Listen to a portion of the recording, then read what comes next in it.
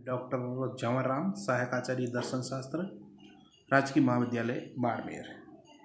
BA first year का जो paper है भारतीय दर्शन या इंडियन फिलोसफी, उसके अंतर्गत आज हम अध्ययन करेंगे आत्मा के 5 कोष। 5 कोष कौन कौन से हैं तो उसके बारे में हम अध्ययन करेंगे। तैत्तरीय उपनिषद में जो आत्मा के 5 आवरण या कोष वर्णित किए गए हैं, तैत्तरीय उपनिषद जो है उसमें आत्मा के 5 आवरण या कोष वर्णित किए गए हैं। पंचकोश की अवधारणा द्वारा यह स्थापित करने का प्रयास किया गया है। पंचकोश की अवधारणा द्वारा यह स्थापित करने का प्रयास किया गया आत्मा केवल शुद्ध चेतना नहीं है अपितु अन्य तत्व भी इसके आधार है। केवल शुद्ध नहीं है चेतना, उसके अलावा भी उसके अन्य तत्व आधार है। पंचकोश की अवधारणा विशेषता यह भी है कि एक कोष का अंतर्भाव दूसरे कोष में होता जाता है। जो पंचकोश की महत्वपूर्ण विशेषता यह है कि एक कोष है उसका अंतर्भाव दूसरे कोष में होता जाता है। ये 5 कोष निम्न है। सबसे पहला है अन्नमय कोष। अन्नमय कोष की जब हम बात करते हैं तो इसमें जो स्थूल हमारा जो भौतिक शरीर है, अन्नमय कोष में जो हमारा स्थूल भौतिक शरीर जो अन्न से निर्मित होता है, ये अन्नमय कोष कहलाता है। यह आत्मा का सबसे स्थूल कोष है। भौतिक शरीर जो अन्न से निर्मित है, अन्नमय कोष आत्मा का सबसे स्थूल मतलब बड़ा कोष है। दूसरे की जब हम बात करते हैं प्राणमय कोष।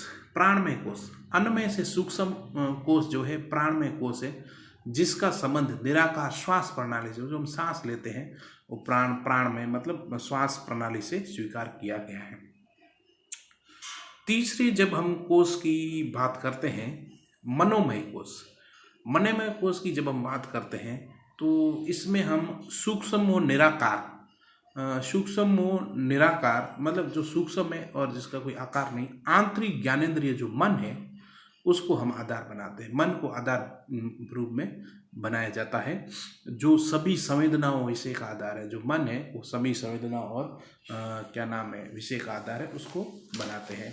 और चौथा है विज्ञानमय कोष। विज्ञानमय कोष, विज्ञानमय कोष की जब हम बात करते हैं तो इसका संबंध बुद्धि से माना गया है। विज्ञानमय कोष का संबंध बुद्धि से माना गया है। तर्क वितर्क, चिंतन मनन, ये सभी क्या है, बुद्धि के कार्य हैं। तर्क वितर्क करना, चिंतन करना, मनन करना, सभी बुद्धि के कार्य हैं। ये विज्ञानमय कोष के अंतर्गत है। और 5वां है आनंदमय कोष। आनंदमय कोष के अंतर्गत जब हम बात करते हैं तो इसका संबंध परम तत्व ब्रह्म से है, जिसमें उसका शुद्ध चेतना रूप, जो परम तत्व ब्रह्म है उसका शुद्ध चेतना रूप प्रकट होता है। यह रूप सच्चिद आनंद है। तो इस प्रकार जब हमने देखते हैं कि आत्मा के जो है 5 कोष है। पहला है अन्नमय कोष, जिसमें स्थूल शरीर को आधार बनाते हैं। दूसरा है प्राणमय कोष, जिसका संबंध निराकार श्वास प्रणाली से। तीसरा है मनोमय कोष, इसका संबंध मन से है। और विज्ञानमय कोष का संबंध बुद्धि से है। और आनंदमय कोष का जो संबंध है वह जो शुद्ध चेतना रूप है ब्रह्म सच्चिदानंद से। तो इस प्रकार ये हम देखते हैं कि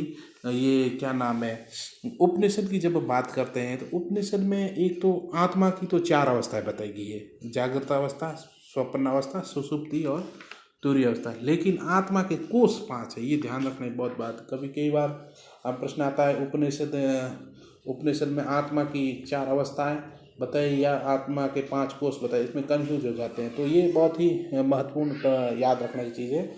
उपनिषद में आत्मा की तो 4 अवस्था हैं, लेकिन कोष की जो बताए गए हैं वो 5 बताए गए। दूसरी बात ये ध्यान रखना है कि पंचकोश की विशेषता बहुत महत्वपूर्ण है कि एक कोष का अंतर्भाव दूसरे कोष में होता जाता है। वो एक डायग्राम मैंने देखो स्क्रीन पे आप देख रहे हैं। तो ये इस प्रकार है। धन्यवाद।